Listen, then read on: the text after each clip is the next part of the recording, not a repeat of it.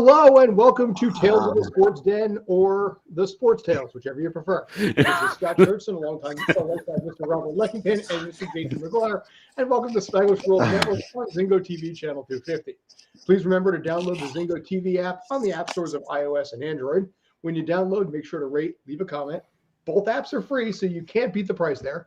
Zingo TV is available on pretty much anything as long as you have something that resembles modern technology.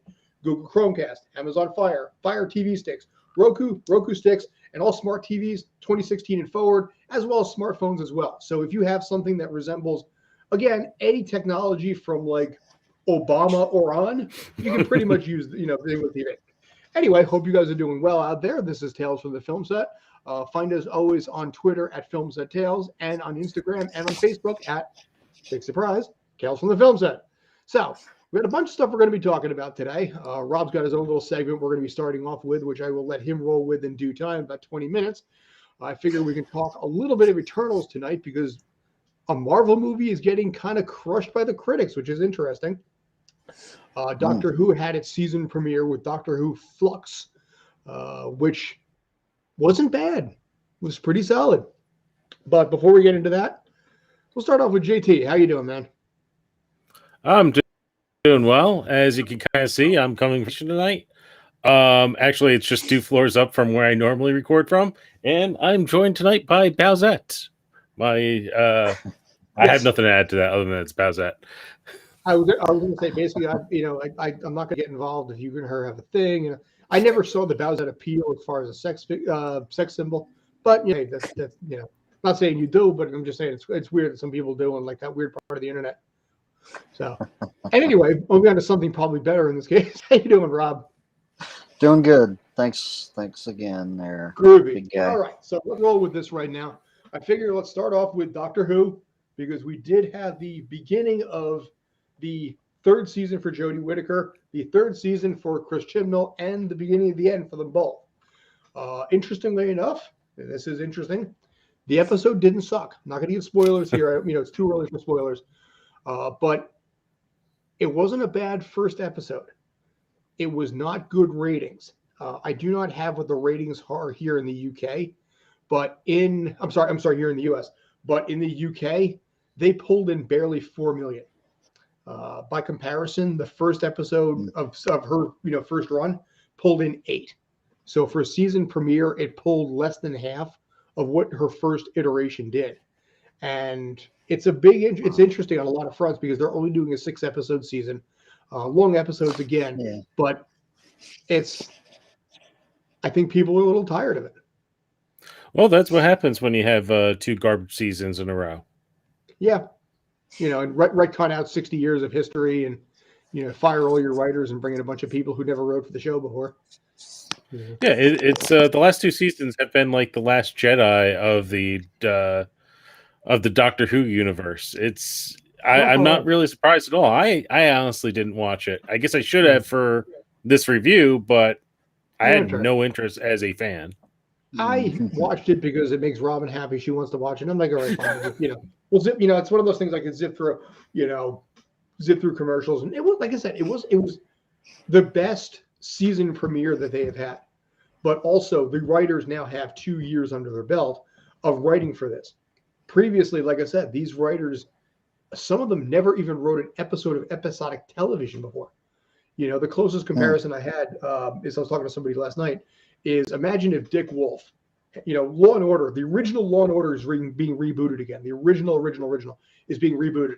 Could you imagine Dick Wolf being like, all right, I know you've never written any legal dramas before.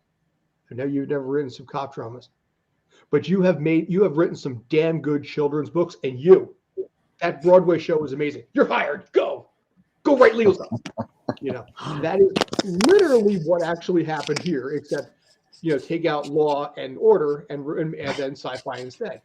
And unsurprisingly, the scripts were pretty abysmal because these people, no offense to them, were frankly way out of their element. You take the job because it's a big opportunity, sure, but it's something that fans have a certain expectation and didn't get it and became vocal. Well, my question is, how did they even allow this to happen? I mean, from all accounts, they won't even let an American sniff the writer's room of Doctor Who. So how do they allow for Yeah. this institution of British television to be infiltrated by people who have no previous experience? When they rebooted the show in 2005, I mean, they worked day and night to make sure they had the right people on the show to make sure it's successful. Mhm. And you come to when did this new series start? 2017, 2018? They just let people who never wrote a TV show before work on this very, very popular British TV show. Well, I think part of the problem is the fact that he was given maybe a little much power and had too much creative and had a vision that he wanted it to go a certain, which But was why? also I mean, what was his experience? Just Broadchurch, which, quite frankly, who gives a damn about Broadchurch? It's okay. Broadchurch was depressing as hell. I couldn't. I struggled for getting through Broadchurch because Yes, it was one of those shows go ahead. And when I think Broadchurch, I think someone who should be writing Doctor Who. He did have a couple of good episodes, though, to his credit. And actually, Chris Chibnall did write a tearjerker, which was an epilogue to the Amy Rory story. You know, it was they never filmed it, but it was animatronic, and then it was also voiced by Rory Williams' character, Arthur Darvill, the actor. And that was written by Chris Chibnall. If you ever get a chance, check that out. It is fantastic. It is absolutely incredible. So when I found out he was helming, I'm like, okay, he did that one. He did like Dinosaurs on a Spaceship. You know, he had some experience writing for the show. I'm like, all right, fine. But then again, he brought in people who wrote children's books, social justice commentary. There was one about like a teen drama about lesbians. And it's like, these are the writers for this 55-year-old franchise about, a weird guy, going through time and space in a box. So, and to be honest with you, I'm a big supporter of the LGBTQ community. I'm a big supporter of a lot of issues that they do bring up. They just bring them up in a really stupid way. Can't really beat people over the head with certain things. It pushes them back. And I feel Doctor Who has always kind of had a moral compass in the show, but you never felt like it was forced. The last two seasons have really felt forced with the writing in that direction. You had an interspecies lesbian married couple in Victorian England, Madame Vastra and Jenny. Yeah. And that was Stephen Moffat. Yeah, and it was just like, I'm Madame Vastra. This is my wife Jenny, and they're married and they're happy. It's like, okay, cool. It's just that's what it was. Nobody cared. And they were good characters. I wish I could see more. I wish they came back, but I haven't seen anything of them in the last few years. River Song, definitely, buy at the very least, but I mean, whatever, like I said, because it was just one of those things where it's just dropped and let go, built into the storyline a little bit, but it wasn't, like you said, blatant as heck to be like, this is what it is, look, and that's where I think the further you push in, the further instinctively people push away. And that's where I think a part of the problem was, where you didn't play it smooth. It's almost like basically if you're talking to a girl, and you want to basically ask her, you don't get right up there, and be like, make them, uncomfortable. You got to be smooth. You got to be chill.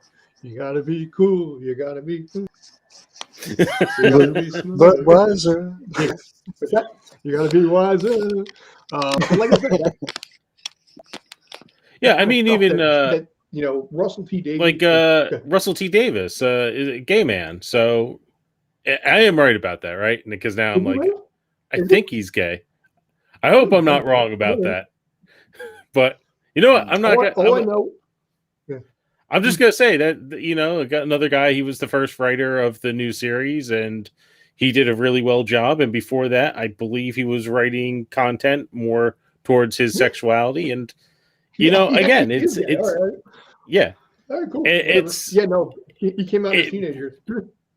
I don't know. I don't like always attacking people for like putting social commentary in TV shows. And it's this a lot of what the last two series was not only blamed, but I think poorly executed as well.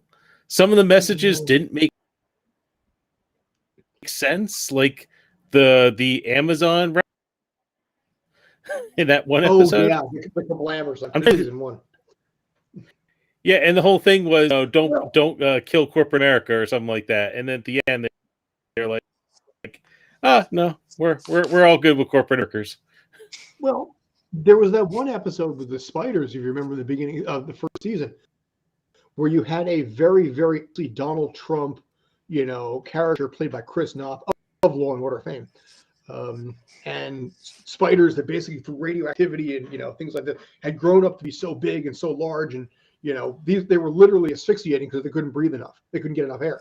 And he sat there and shot one and killed it as a mercy kill, and got ripped apart for something that was like, it was literally, it was asphyxiating in front. It was going to die. I at least gave it a mercy kill. You're a terrible person.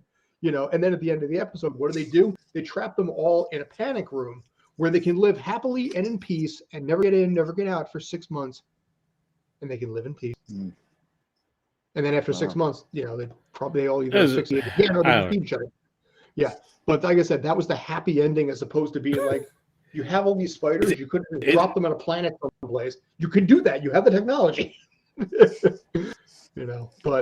it was like I said, and this in kind of stuff that alienated a lot of fans. And I think that's a lot of past Doctor Who's as well. Like that kind of happened where, the Doctor did save the person by bringing him to. Yeah, this didn't make any sense. It was like either a quick death or a very slow death. Yeah. But at least procrastinated 6 months. So you can enjoy your life for a while. I don't know. Is it you or is it me or I don't know. Maybe it's who knows. But we'll blame Rob. It's his fault. Damn it, Rob. Damn it. Come on, man. Damn you, Rob. I feel like I'm reaching into your into your screen right there.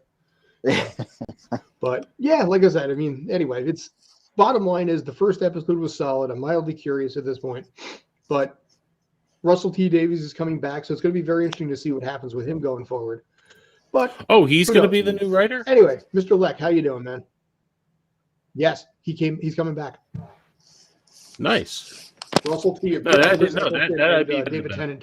Yeah. If he's not burned out, that is. He's coming back for. He's supposedly anniversary special. So I'll just leave that there. Yeah. That's crazy. Anyway, Robert Reckington, how are you, man? I'm doing great. I'm doing fabulous. All right. Just started taking acting classes again for Nice. first time in like a couple of months. Had to take some time off, and last night was my first class in a while. I'm a little rusty, but I'm getting back into it. So I'm feeling good. Everything's going really well. But yeah, I mean, I kind of wanted to talk a little bit about the the drive-in theater kind of thing. This is part of, I believe, your new segment. Yeah. I just we need a name for it. It's like Rob Rants, Lucky Lou. Yeah, no, we're gonna have a name for this, but you want to talk about they put like a big drive-in on the screen and. Let's stop. All right, man. Yeah, this is just. Oh no! It's just all I was thinking of actually trying to participate in the show, and what was it that I could actually come up with, and this was like the first thing that I pitched to you guys, and it was just kind of a spur of the moment kind of thing, and so, but yeah, I just kind of wanted to talk a little bit about the drive-in theater and how. When I was a kid, I don't know about you guys. How many movies have you seen at a drive-in theater, Scott? Just one? Just one. Perfect one. Do you remember what movie that was? That? You remember what movie that was? Well, you remember what movie that was? Perfect Storm, I guess 2001, 2002. Okay, so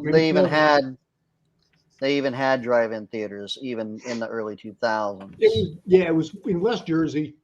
It was a date with this girl who was very clearly using me for just food and just oh man. I One hear of you. those ones who just completely takes advantage of you types. Sure, sure. Yeah. I think And the apparently last. we hit too close to home because JT just left. So Uh-oh. apparently we triggered on this one. I'm sorry, man. So That's cool. Hey, no, Fixing the my last internet connection. I'm listening. drive-in. Oh, there you go. it's just one of those Late things where it's 80s. like, Late Yeah. 80s was the last time I'd been to a drive-in theater, and I was living in Oregon at the time. Back in high school, actually, we used to go on the weekends, and there you go. Really, we- you burn, a drive-in for Men in Black 2. Janet, the producer, we're coming back to that one, by the way, in a minute. We're not gonna let that one go. But Rob, back to you, man. But yeah, I think it was like Earth Girls Are Easy. I think was like the last movie that I had Jim seen. Carrey, I think, wasn't it? That was who was the comedian? Was that Jim Girl Carrey with the and red Jeff hair. Goldblum? There used to be like a MTV VJ at one point. Can't remember her name, but she was Yep. funny as you know Downtown what. Julie Brown. Yep. Okay. Yeah. Yeah. So- That's right. And Jeff Goldblum was in that too. I forgot about that. Yes, he was. I do remember Jeff Goldblum. But said we used to go on the weekends, and we used to, really just hang out, be a big party. It wouldn't be really. We'd just go to the drive-in just to hang out, and of Mhm. course there'd be a movie on the screen and everything. But hardly ever really watched them. We just Exactly. It was just there. It was just kind of just there.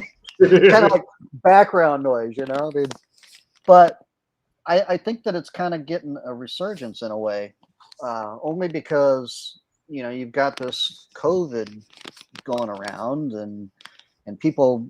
I read an article that was saying that like last year in 2020, what was this? When was this here?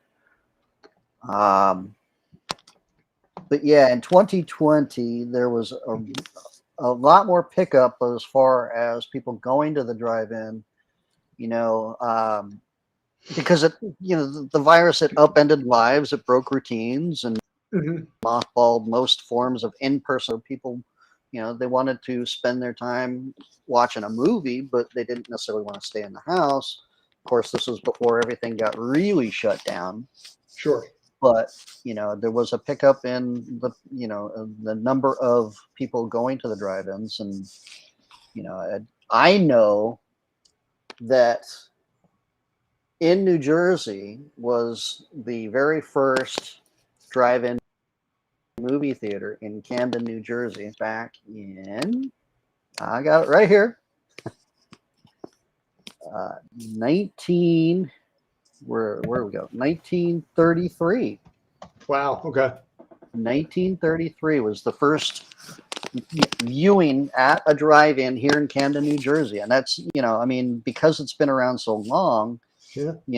of course, with the advent of like Netflix and things like that coming out in like the 90s, it sort of kind of burned Mhm. that whole idea, and people really just were staying home for the most part and everything. But yeah, I think that it would be a good form of being able to go and see another film. I mean, I don't know about you guys, but I'd love to be able to go back to, a drive-in and watch a film, sit in the back of your, of course, I don't have a pickup truck, but when we were kids, we used to sit in the back of our, in the truck bed, blankets and pillows and everything, and watch the movie from, just a safe spot. That brings me back to my childhood, Nice. Yeah. Looking at this right now in Camden, June 6th, 1933, they screened the Yeah. movie Wives Beware. And You yeah, know? it's.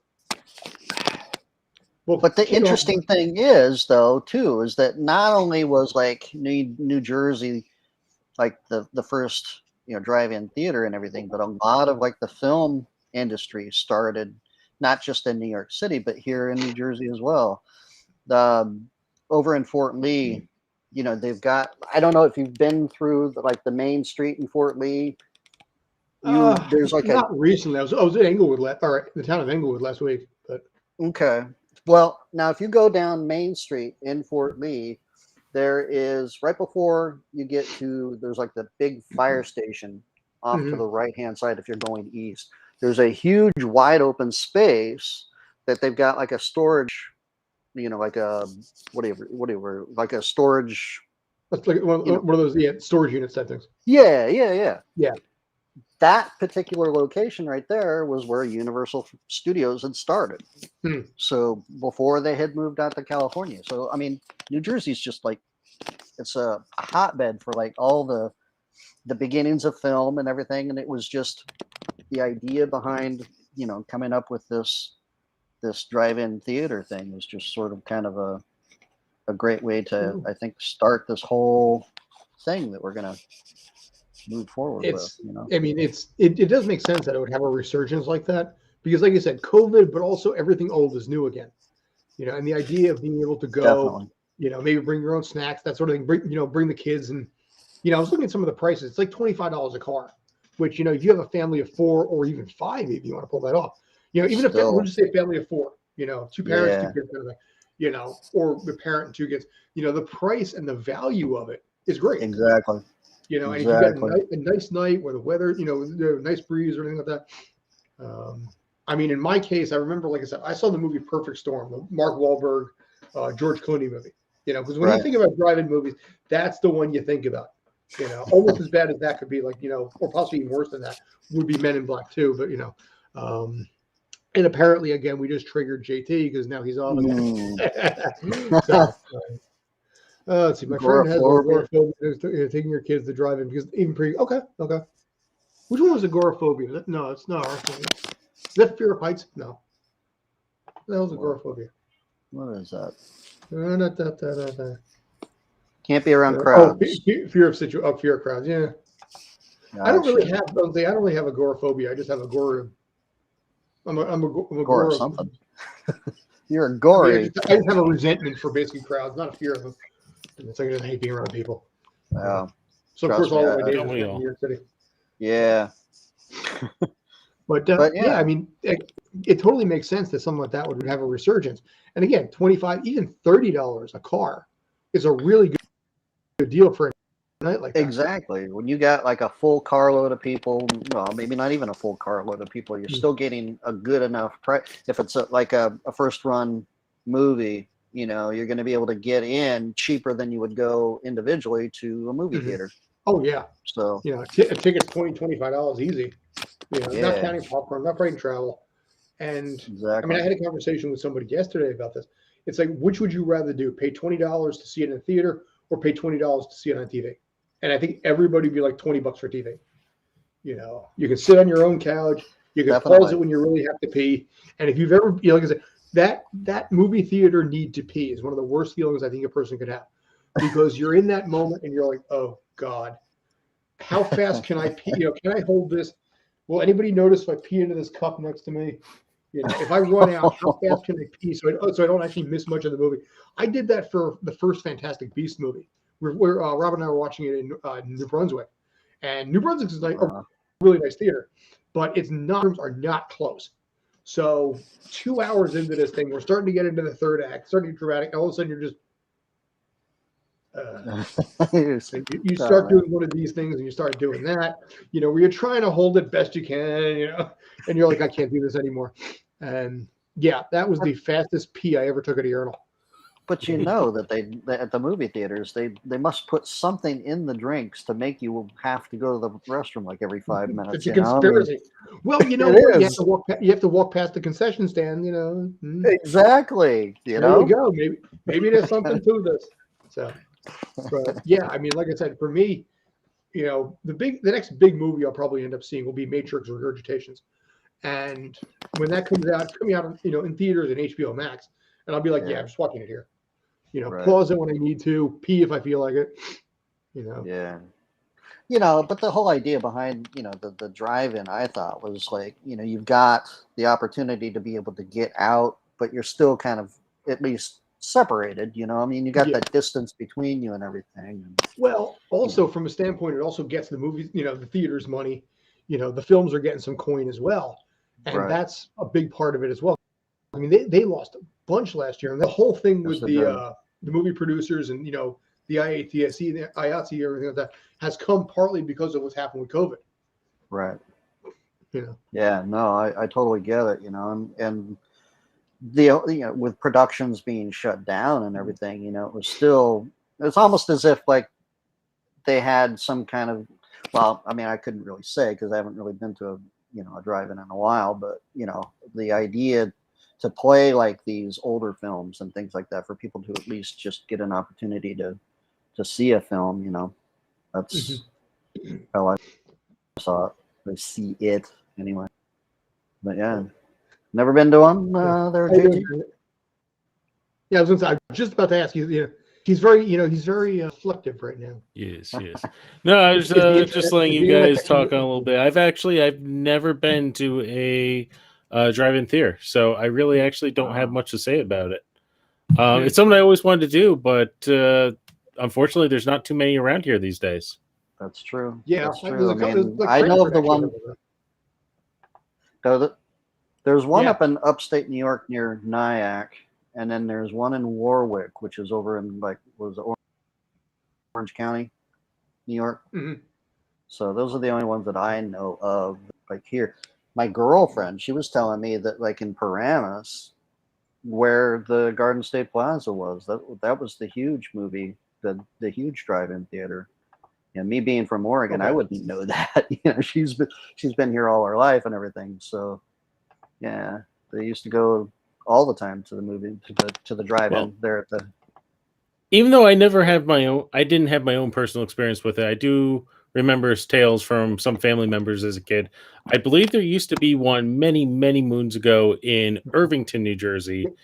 And in Irvington, I guess what they used to do was they lived in an area where they could actually sit on the roof and watch the movies from the drive-in. So they had like the perfect seat to see any movie for free. Nice. That's cool. Ravana, New York. Is that near Warwick? I know there's one in Warwick, New York. Orange County. It's like kind of near. It's west of. What is that? Middletown. Okay. Yeah, Warwick's got one. Barnegat, Cranford. Yeah, Cranford. That's stupid close to you, JT. You can pretty much walk there. Wow. And in the chat, Angie's actually, well, I guess I shouldn't mention her real name. A friend of mine is mentioning Riviera, New York, and I never know if it's Vineland or Vidland. Vidland, New Jersey. I always knew it as Vineland. Yeah, because there's a song called there's a song called I Like New Jersey. The Vineland side Hyde Margate. You can have Miami. I love the Garden State. Vineland. Okay. That's how I was 4 when I learned that song. My father had it on a record. Nice. Yes, New Jersey has a song about it. Hooray! That's cool. Yeah. No. But well, it's an experience beyond. Definitely. I mean, it's an experience beyond experience, man. You should at least check out one. It's been. Yes. It was. But takes me back to my childhood anyway. Go ahead. But do not ever see The Perfect Storm there, and Men in Black 2. Just don't ever see Men in Black 2.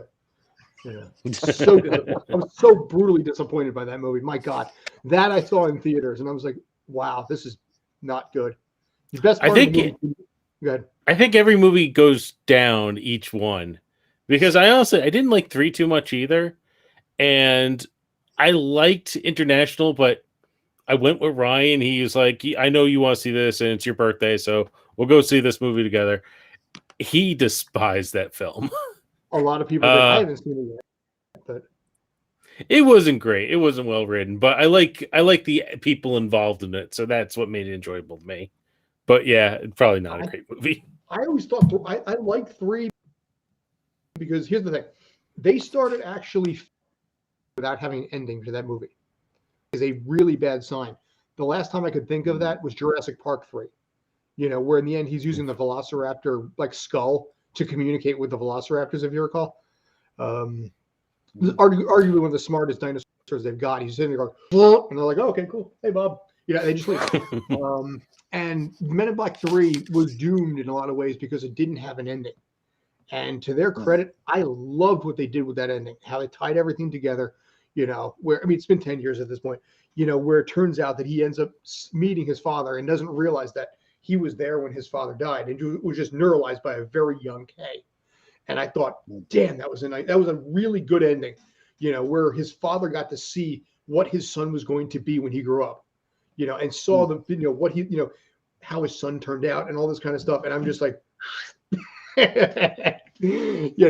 but no. Though the funny kind. Well, I was going to say say the funny thing though is Will Smith wasn't even born yet when that year, so he was actually playing someone 10 years older than he actually is.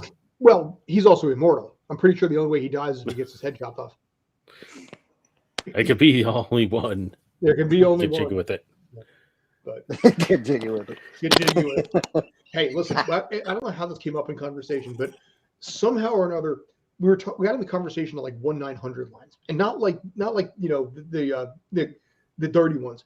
But if you remember back in the 80s, JT, you might be too young for this. Rob, you might remember. But if you remember in the 80s and the early 90s, everybody and their brother had like a 900 line. Will Smith and the Fresh Prince had one. Santa Claus Raps was one. There was one about like Nintendo secrets that I remember I racked up a lot of money on and had to pay my father back. Wait, was that the game counselors? Nintendo game No. counselors? This was different. This was not the game counselors. That's funny you should say that though, because a friend of mine and I, when we were working together one time, we'd come up with an idea for kind of like a chat line kind of thing, and of course we never did get it off the ground, but it was like this big brain idea that we had that was going to be different than all the rest. And yeah, those 900 lines, they were the coolest thing. Yeah, I'm pulling up BuzzFeed just for the kicks of it right now.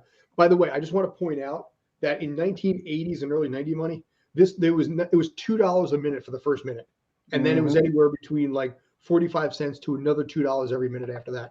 So that first minute, they nailed you hard. You could rack some real money up. Yeah, let's see. They had a He-Man hotline. They had a Paula Abdul hotline.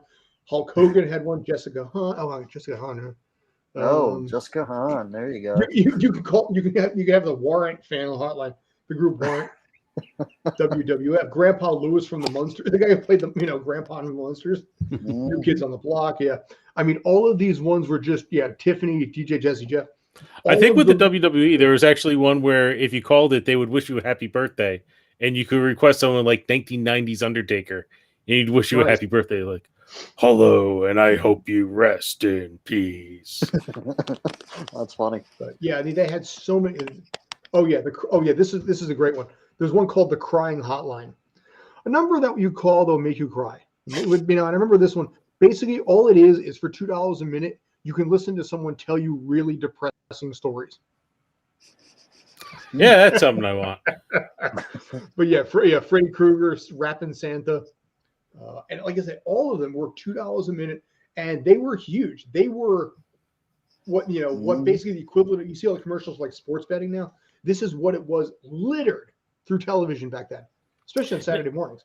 Now, here's the one thing I will say. I was actually I'm a '90s kid, so I saw the WWF ones and a whole bunch of the others. I never used any of them. I never paid for any of this stuff.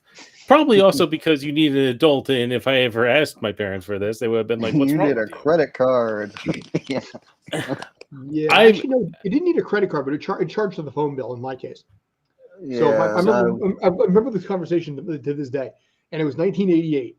And I remember my father telling me, he's like, is there a 900 line where you can get like, game advice and things like that? I said, yeah, I actually got this. And I'm excited because I thought Pop was taking an interest in video games. He's like, yeah, you rang up about a $55 phone bill.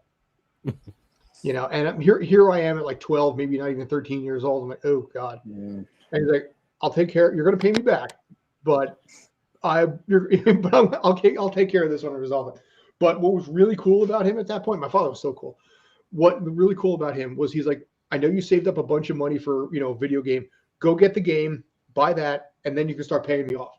Because I had saved up all this money to buy the game Rampage, and I got Rampage. They eventually turned the Rock Johnson movie, and he'd like, go get it, and then you can start paying me off. He didn't like take the money that I saved up for a video game and say I'm taking that away from you. So respect. That's cool. Yeah. Yeah. Was it worth it though? I never remember No. liking Rampage that much.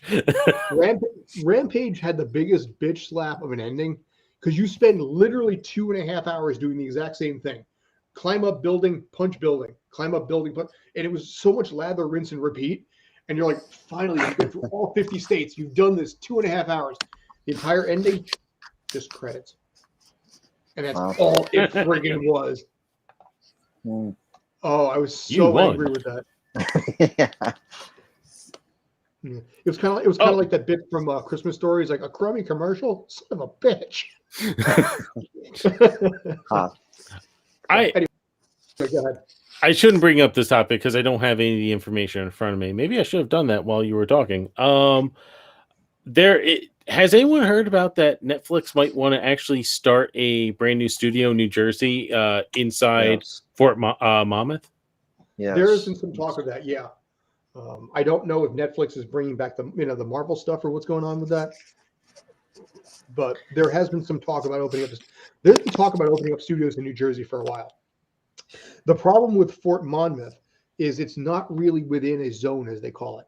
So with the Union, you have 8 miles outside of a specific location is inside the zone. So for New York City, for example, it's Columbus Circle, and it's 8 air miles, as you clarify. So there are small parts of New Jersey like Newark, Secaucus, Bergen County, for the most part of Newark, which is inside the geographic zone.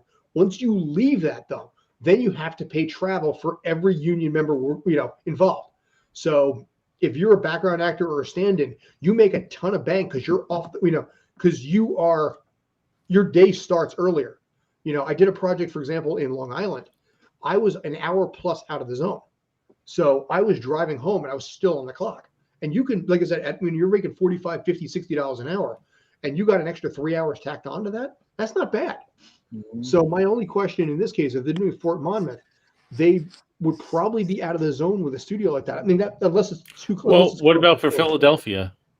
I don't know where that is in relation to Philly. Because they're in Edentown, so I think they're in Edentown. Oh, well, Boy, that's close. like That's close. Central Jersey, yeah. All right, that might So be close. Yeah. So I'd say it's probably an hour out from New York, maybe just a little under an hour out from Philly. Yeah. See, like I said, if it's 8 air miles from Philly, What is an air mile? as the crow flies. So not the Still don't know what that means. Yeah. It's basically the geographic location. It's not the driving distance or the walking distance. It's the physical distance, if you were somehow able to just fly there. That's what they mean by air miles. Still confused, but okay. You're not talking nautical. It miles. involves money. Make it as confusing as possible. People will Exactly, ask yeah. less questions. No, not nautical, because that's under Leo. No, it's like I said, the phrase is as the crow flies. So, Okay. in this case, yeah. I'll have So to look that up. it's a geographic. So if you look at Google Maps here, just trying to look at it real quick. This is Philadelphia to Fort Monmouth. Oof, that's probably about almost 40, 50 miles. It's right down on the shore. You can pick up a lot of stuff down there, I would think. But they would probably have to pay a lot, or theoretically, if they have to, create a new zone for New Jersey, which I don't know how that's going to work. But Maybe. yeah, if you can get work down there, do it. I was gonna say maybe that's Netflix plan, but Netflix is cheap, so probably not. But yes, But Yeah. I personally, as Let- someone who's looking for more work, and especially someone from New Jersey like you gentlemen, Yeah. I definitely welcome it if they're able to get it done. Well, Most here's what I'm going to definitely. say. Netflix is so cheap. Oh, come on. Oh, I have nothing. I thought you froze. No, I was going to say, I'm waiting for somebody to be like, how cheap are they? How cheap are they? Are they? They no longer require safety vans for rides after 9:30 at night outside of Manhattan. So the union rule is if you're filming any place above 59th Street or in like Bronx, Queens, Brooklyn, Staten Island, any of those places, they have to offer you by SAG rules a ride back to Penn Station, Grand Central, Port Authority, usually one designated spot of the three, but something where you can get to everything else from it. Huh. Netflix has it in the contract that they don't have to require that anymore. And I'm saying this Wow. outright because I worked an overnight project in August, and I was wiped. They asked me to come back the next day. I couldn't do it. Between NYCFC and that and everything, I was wiped. So I found out though from the person that replaced me that some lady got mugged on the walk back to the subway because it was 3 o'clock in the morning. There was no safety van whatsoever, and this woman got attacked and robbed, as opposed to getting what used to be a union required at least offer to get a safety ride. You can say no. If you say no, that's on you. But the Grand Central, Port Authority, or Penn Station was always the big three. And apparently Netflix now has the legal ability to say, no, we don't have to do that anymore. That's crazy. That's So I that's don't one know of these how things. What's that? That's one of these things that, like, you know, when you're involved in a production, that, like, it should be just a no-brainer. You know, I mean, you want to make sure that your people are safe. Well, it may Background come people down and to money. stand-ins, background Wow. people, stand-ins, and even day players are replaceable. Yeah, but that's You the know, whole. and what you'll do is you'll cut them a check, you'll settle out of court, and you'll be done with it. Yeah. Well, Mhm. that'd be paying me. By the way, Netflix, Big if you bucks. start sponsoring the show. Right. You know, but yeah, I don't know. Like I said, I don't know who the person was, but I heard this from several sources on there, and it's a little Oh. disconcerting. Well, So generally speaking, I try to go with stuff that either is, you know, I can get to by car or things like that. yeah. It's, More reasons why I don't like working in New York City. Yeah, says the guy who works in New York City. Yes, Yeah, I know. I have gotten up basically all 5 days of my week this week are probably going to be awake no later than 6 a.m. You know, between 5 and 6, I think every single day. Tomorrow's going to be 5:30. Because I got to drive out to Brooklyn, but I don't want to have to deal with GW to FDR traffic and all of that. So I'm going to leave at 6 a.m. for a 9:18 report, just so I don't have to deal with all that copious amount of traffic. yeah, it's pretty rough. If Pretty you- brutal. If you want to not run into traffic for New York City, I feel you have to be by at least a tunnel before 6 a.m. because by 6 a.m. it starts backing up. 6 in this case here, I mean, if I could leave earlier if I wanted to, but I also don't want to get to, you know, the parking area too early and have that much more time to kill. So I'm trying to balance this between, you know, like a half an hour, 40-minute ride, and the fact that I got to be there at like 9:20 in the morning. So I don't want to get to this lot at like 6:30 in the morning and then just chill out for 3 hours. So I'm trying to balance it a little bit. And again, this is what I don't mean to go into a rant about New York, but I will. I don't like the fact that we have this city where it's way overcrowded. We shouldn't have that many people on that island, on any of those islands. And yet we force people to go towards them for various things. We should probably start trying to build more jobs in other locations, especially studio work, which you could build a studio almost anywhere. It doesn't have to be in the heart of New York City. Well, here's what I Yeah. find. I mean, first of all, Manhattan, I got a couple things on this, a couple of facts for you. Manhattan averages about 70,000 people per square mile. You know, I was in a town up in Maine. They had 33 people per square mile. They have zero concept. They went to nearby Bangor and referred to it as the big city. Bangor is like 1,000 people per square mile. You know, yeah. The George Washington Bridge apparently is the. What was that? Sorry, cricket just ran across the floor. Wow. The GWB apparently is the busiest bridge in the entire world. So I believe it. yeah, Yeah. I mean, like I said, there were days where I'd have 45 minutes to do a mile. You know, and that's where I'm trying to, like I said, balance this a little bit. If they open at something least. up in New Jersey, then they might. I know a lot of like period stuff films in New Jersey, 60s, 70s, 80s. You know, ironically enough, right across the street from me is Nutchies, which is like the big picture car place. So I'll sometimes walk out of my house, go next door to pick up a sandwich, and there's just like this fleet of like 1930s cars just sitting there. Sometimes if there's too many of them, like with the Irishman, they park them on my block. I'll go outside and just see a fleet of like 57 Chevys. And it's like kind of cool. That's cool.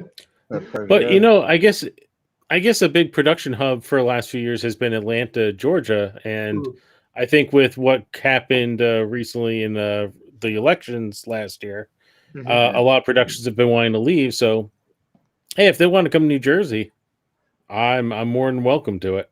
One of the things I give, I mean, I stay apolitical, but one of the smartest things Phil Murphy ever did as governor was he opened up those tax credits big time. Pennsylvania voted it down. He's like, come on, right over here. Beep, beep, it's Right back over there. here. Beep, beep, beep. Oh yeah. There was so much stuff that got moved here. There's stuff that I've had to turn down that films in New Jersey. I'm like, I mean, I never mentioned there was a show called Enemy Within. They contacted my father to actually film in my hometown of Waldwick, because they wanted to use the pistol and rifle range there for filming. The show got canceled, so it never happened. But they would have basically paid the town like $25,000 to shoot a day of filming right there. My father in the town was like, well, just think if even we're able to film in your parents' house kind of thing, Mhm. they paid pretty well for that. I know Goldberg was telling me that his aunt had Mhm. a house that they used for one of those Adam Sandler films that they paid really well for. Which on Long Island. where's his aunt live? In the Glen Cove area. Glen Okay, Cove, that Long might have Island. been that might have been Uncut Gems. I think filmed a lot out there. Yes, Uncut Gems. And then there was another one that they had shot with can't think of the fellow's name, the black kid, the other comedian that's like really but yeah, they did the black and white marriage thing. They had like a huge wedding. Guess who? Bernie Mac and Ashton Kutcher. No. That I think took place in. I think that took place Chris in Rock. Jersey. Chris Rock, Rock. okay. Yeah, Cranford. Yeah, no, Okay. Cranford for the one with the Bernie Mac film Okay. and Ashton Kutcher. I love how you call Chris Rock that kid. Yeah. Hey, Well, that that Kid guy. Rock, it worked. It worked. I feel like I'm older than everybody. But yeah, no. But yeah, for that film, that particular film, they used his aunt's house and paid really well for him, man. They do. They pay well for that. A lot of reenactments film in Jersey too, and they paid big money there too. Like History Channel, Travel Channel, they'll pay a couple ID Discovery. ID Discovery, yeah. Investigative murder porn, if you want to use the South Park analogy, and yeah, they pay really well, and those are nice because A, they film locally, so they're like 10 minutes from the house, and B, most of them are all direct deposit, which is nice. That's kind of a rarity in the film industry. Nice. But it's I mean, like I said, it's who knows what's going to happen, but the film industry is big and it's just getting bigger. Well, if they move out of Atlanta will not lose forever. The Equalizer is the big thing here in New Jersey right now, and yeah, with the idea that they're shooting all over like Newark and Patterson, and they're not shooting in New York as much for these bigger shows, but New York is the draw. People, they either go to New York or they go to Los Angeles, and it's more or less just it's what you want. I think they do a lot more episodics here than they do out west, but they do more movies out there though. Right. But the episodics, I mean, like Law and Order can run like 9 months. So which do you really want to have for longevity? Like the 22 episode Blue Bloods, Law and Order kind of thing? Or do you want to have like, movies that are constantly going in and out? Movies do film a lot slower though. Yeah. I mean, you could have a 1-page scene that'll take you 15 hours. Oh yeah. But all right, so we got about 5-6 minutes left at this point. We're gonna have to start wrapping this up a little bit. As always, you can find us on Facebook, also on Instagram at Tales from the Film Set, and also on Twitter at Film Set Tales. So with about, like I said, 5 or 6 minutes left. Actually, I would say, JT, if you got any thoughts, any comments, any ideas. I'm a blank slate. Okay. No, I don't know. I usually leave it to Ryan to come up with some stuff. I remember he wanted to talk about Dune this week, but I, like always, did not watch anything because I'm lame like that. So I guess we'll have to save that for another time. Hey, here too. You've been on vacation for 2 weeks. You can't do anything. Yes. Oh no, I'm loving this. I'm loving the fact that like you have to wake up nice and early in the morning, and I get to sleep in tomorrow. You're going to be there at your job for 5 hours. I'm still going to be curled up in my bed It's going to be sweet. Let's see. What's JT's phone number? Let me pull this up. I'm Well, leaving. Bye. Yeah, at least well, you get to sleep in. We got noisy neighbors here, so we wouldn't be able to like sleep in for too long. dude, that's part. What's happening here is that actually you mentioned New York and people moving out. A lot of people from New York are now moving to to the Jersey suburbs, so to speak. And Hackensack, dude. dude, I was just in Hackensack on Friday. By the way, just want to change, do my ADHD sort of change topic. The town of Hackensack, historical, named, I believe, after the Ramapo Native Americans there, so it's the history there, have decided to rebrand themselves from Hackensack to the Sack. Sack. Now, Well, when you have a town that decides to call itself, hey, check out the Sack, it really kind of opens up some questions about the thought process that went into that decision. Well- I mean, there's monstrous-sized billboards on this. But the thing of it is that my girlfriend, she was telling me that they used to call it just, the Sack when she was a girl, and they didn't really like make a big thing about it until just recently. It was sort of that thing that, was just a nickname. But now all of a sudden they're just making it out to be one big, huge marketing thing. Yeah, but I was in I mean, you want to call it the Hack, maybe? But hey, I don't check know. out the Hack. So, Well, hey, you know what it is? It's probably all these people who grew up calling it the Sack and they didn't think one bit about it. And then you say Right. it to an outsider, it's like, really? The Sack? You're the it's funny. Sack? That's how I felt. I had a car, my car going for service, and I was talking to a guy who's lived in Hackensack for like 30, 35 years. And he's like, yeah, I don't know. I hate it. I hate the fact that they're trying so hard to name it this. I hate the fact that basically there was a group of people that actually voted as a group to say, yes, let's call my hometown, the town I've lived in for decades, the Sack. Yeah. That's great. But again, it's trying to appeal to a lot of the kids from New York, Brooklyn, Queens, kids that can't afford to live there anymore. They're starting to migrate into New Jersey because New Jersey is trying to set this up to get all the transport. And they're bringing the prices on the rentals up, and it's crazy. Well, I think that's any place within an hour radius of Manhattan. I live just an hour out. I won't mention what town I live in, but my town has got a lot of people that I think commute in and out of New York City. It's become very crowded over the last decade or so. I'll just close on this. My little tiny hometown, now has a giant apartment complex for that. Studio apartments in my tiny little town started in 1900. That's a studio. And it's like, dude, Brand new. this place got excited when it got a 7-Eleven. All it has is like pizza place and 7-Eleven. And suddenly, like I said, they're trying to make it very hipster like. It's like, really? My parents have lived in that town for like almost 60 years now. Wow. Anyway, I could rant about that all day long. It's been a big old rant day for me the last 24 hours on a lot of different stuff. So, Rob, you got any final thoughts? I'm good. Just glad to have me on the show, and look forward to next week. Yes, and next week he will have a new topic of discussion of his own choosing, as Definitely. long as it's legal, moral, and mildly ethical. Oh, Yeah, I know, mildly though, So, but as always, like I said, this is Tales from the Film Set. Thank you for tuning in. For Mr. Robert Leckington and Mr. JT McGuire, I'm Scott Churchson. Thanks for tuning in. Have a great day. And be awesome.